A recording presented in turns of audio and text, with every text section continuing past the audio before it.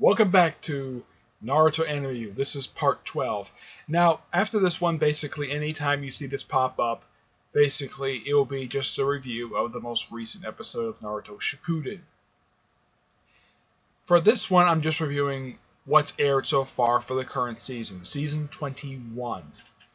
Now, the season is basically no longer adapting any manga because, well, the series is out of manga to adapt. So, what's next to adapt? The light novels, which they have done a couple times before. One, I don't know which one of this one is. The other one, and this happened a couple times in the previous season, season 20, where they adapted from the light novels. The first one was the one with the Naruto mech. Yeah, and the other one was Itachi's Memories, which that one also is an adaptation of a Naruto, a piece of Naruto manga. Not manga, light novel. Let's see if I can find it here. There are some original novels that are basically, they are canon with the actual show. Well, the actual manga, because, well, how should I put this? Because they're written by Kishimaru. He does the artwork for these stories. Let's see. The one for this season, let's see if I can find it here. I'm not sure exactly what's the name of the story when the one they adapted for Itachi's Memories, but yeah, those two are adapted from the light novels. Now, this season, season 21, started off with a series of about 4 episodes which explore certain characters' childhood. Like, the first one was Naruto Hinata, the second one was Gaara and Shikamaru. They also, I think the second one was actually Sasuke and Sakura. The third one was Gaara and Shikamaru, and the last one they did, which was the fourth one, which was Jiraiya and... trying to think, who was the other one they did it for? Yeah, they only did 4 of these. Where they did like this. The last one was Jiraiya and Kakashi, basically exploring their childhoods. That's simply the whole point of the first 4 episodes. And starting with episode 484, basically it's back to canon, and it's basically for... well, so far they've done 2 5-episode arcs, and the current one is 2 episodes in. Now, the first one is an adaptation of the novel Sasuke Story Sunrise, where he investigates these exploding humans. And from what I can tell for this particular season, you can tell by looking at the characters' outfits that this is set after the film The Last. Now, I'm not going to spoil that film right now. My friend Edgar and I are going to do a joint review of that, where we're going to spoil the heck out of that film, because it's a really good movie. But my opinion, I'll save that for later. Right now, season 21. Pretty much, it's just the first arc, which is consists of 5 episodes. It's just Sasuke. Well, basically, first these exploding humans show up in the Hidden Leaf Village, and they kind of, well, the first one the first one was kind of countered by, let's see, who counters the first one?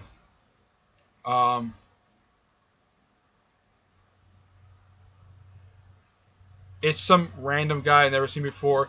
And of course you have Kakashi and Sakura and Naruto talking about village disappearing from the village. And then, of course, the exploding humans show up. And of course, Naruto and Hinata take him out quickly, and Naruto and Hinata's like, let's work together. Let's work side by side. And Naruto's like, mm-hmm.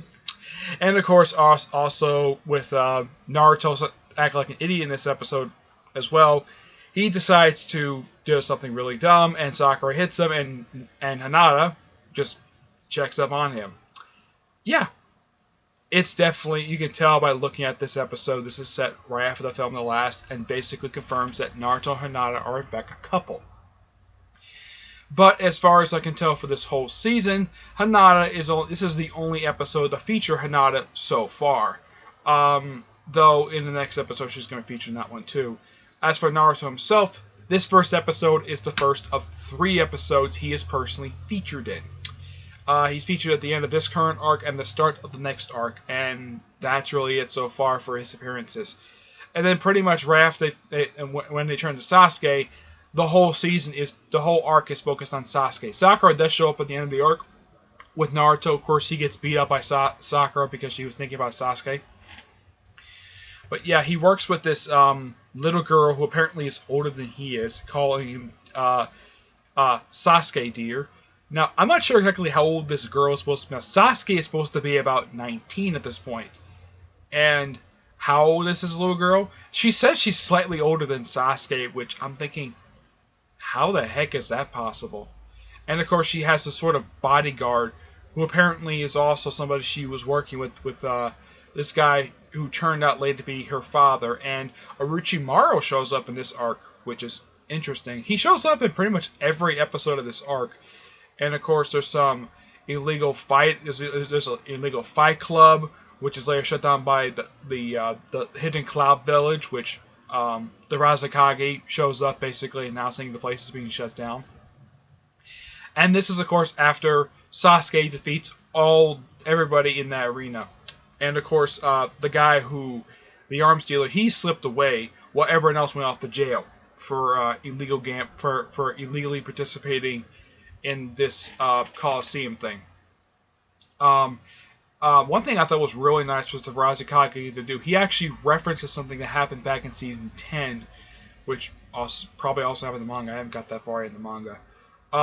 Where Naruto was pleading for Sasuke's life before the Kage Summit.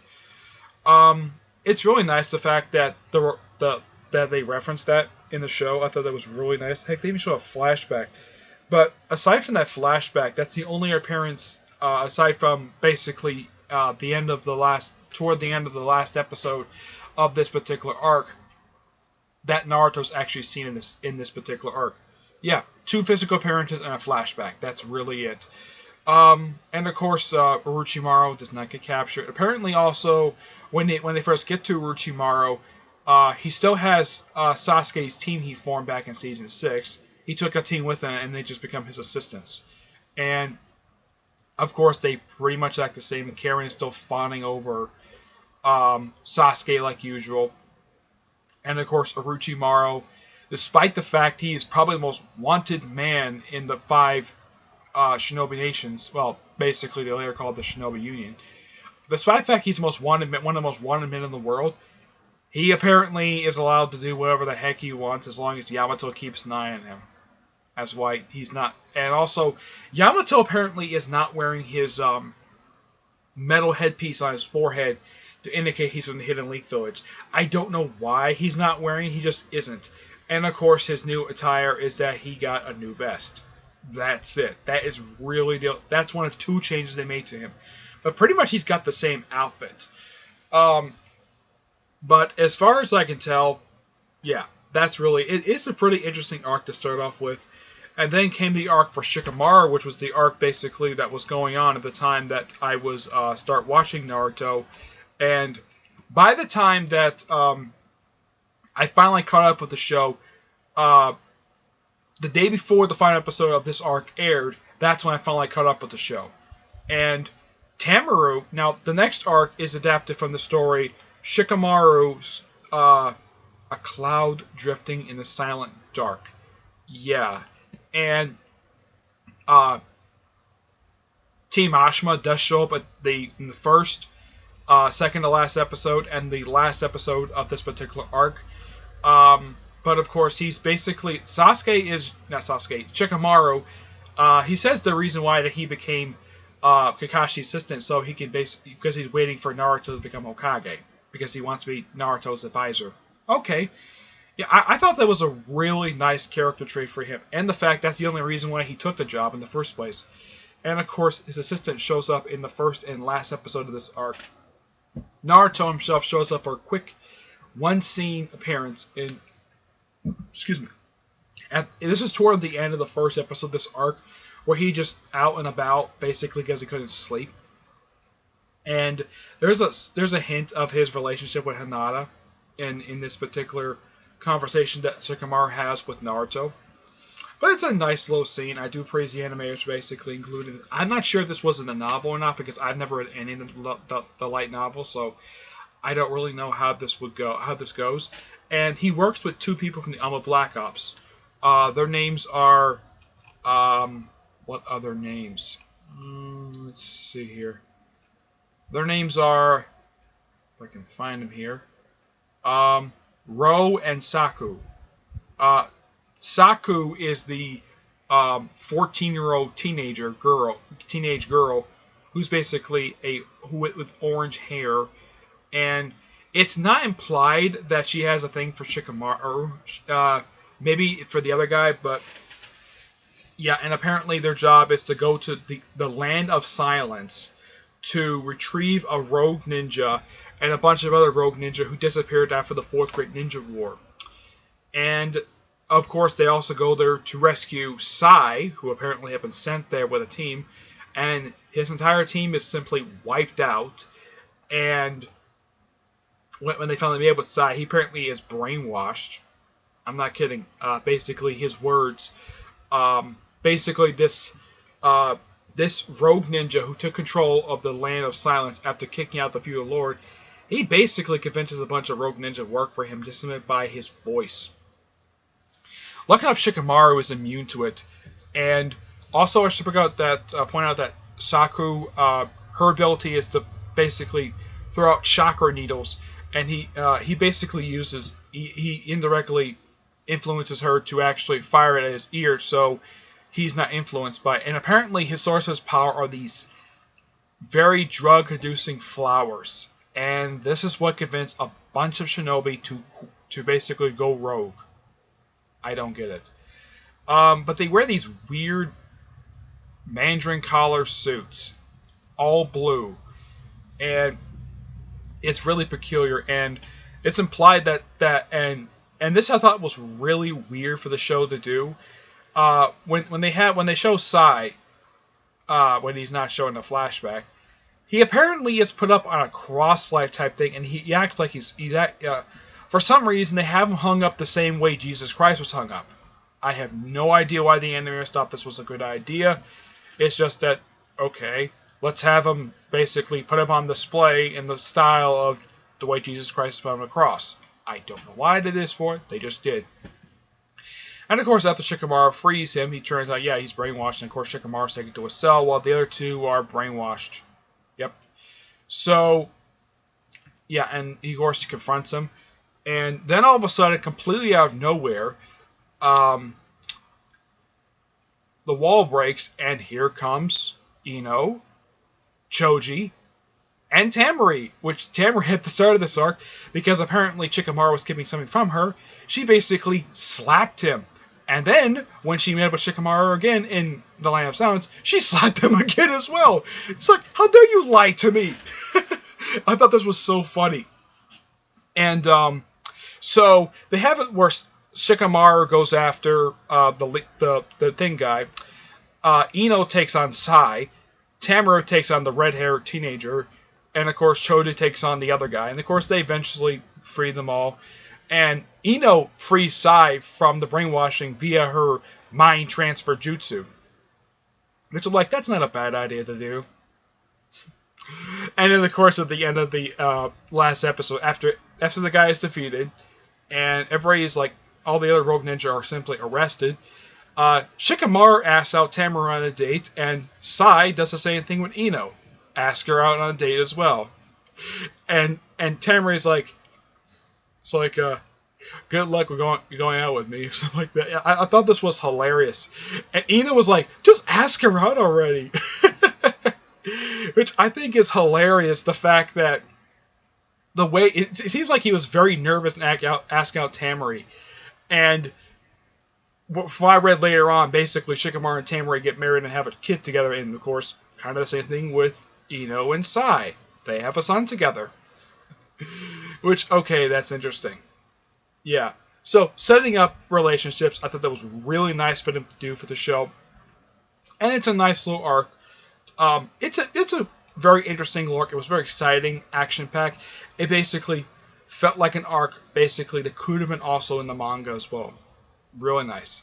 Now comes the current arc, which is only 2 episodes in, which is basically about building up to Naruto and Hinata's wedding. Which I'm kind of like, when the heck did Naruto propose to Hinata, and all of a sudden, bam. Apparently the wedding is coming up, and apparently Kakashi is trying to make sure that all Naruto's friends are there for his wedding. Nice. So, and here's the thing. Of course, there's some nice things in the first episode, where Konohamaru is going around recording people for having to tell, basically recording a congratulatory message for Naruto Hinata getting engaged. Nice. Heck, he even interviews Orochimaru, which I'm kind of like, how the heck did he manage that? Which I thought was funny. And Aruka, he had to basically, he had to re-record his a few times, but yeah, there's this one kid also who tried to live up to Naruto by doing simply the same things he did, like putting graffiti on the third Hokage statue at Ninja Academy, and he tells him about what happened in the pilot, where Naruto basically graffitied the Hokage mount.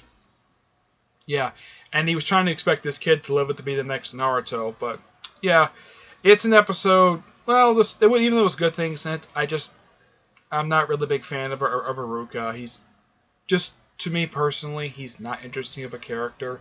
I think he's nice as a supporting character for Naruto, good support for him, but having an episode focused on him, I just felt kind of bored while watching it. Basically, so I had to fast forward through his parts a little bit, but I got the gist of it. And they even did something also. Not only he even tried to steal the scroll of sealing, which contained a bunch of secrets. And he tried to do the Shadow Clone Jutsu, but nope. And it turns out basically, and apparently the kid was not brought up on charges for stealing the scroll of sealing, because here's the weird thing. Kakashi actually switched it prior to, and basically put the script of make-out tactics in the scroll. Yeah. Which I thought was hilarious.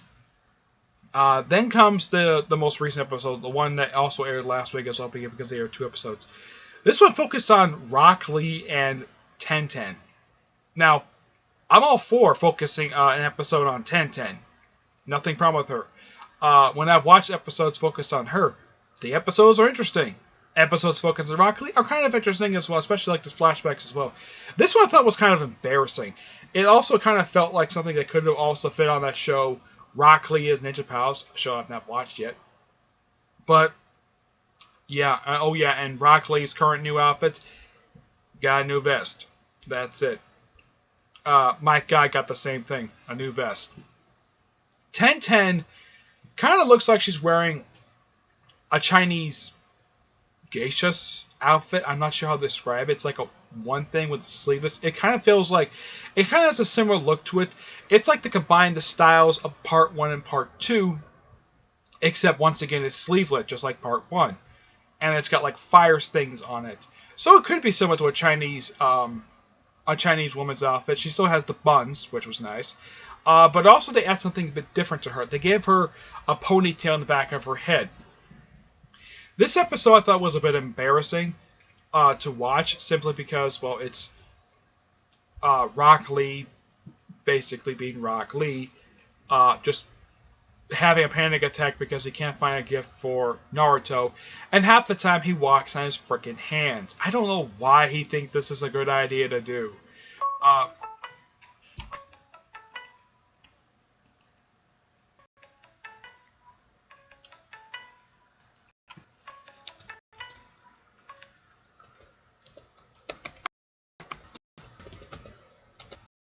Okay.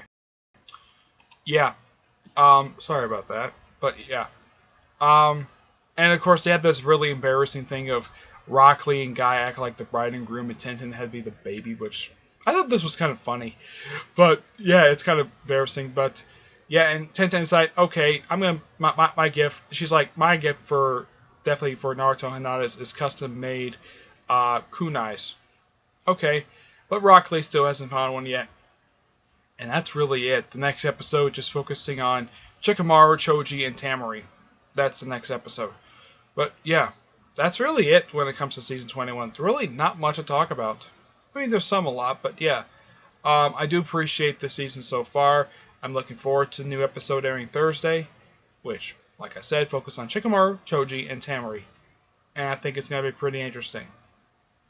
And it's probably going to advance the Shikamaru-Tamari relationship, okay? Stay tuned for part 13, which is probably going to be reviewing that very episode, okay? But until then, I will see you there. Bye.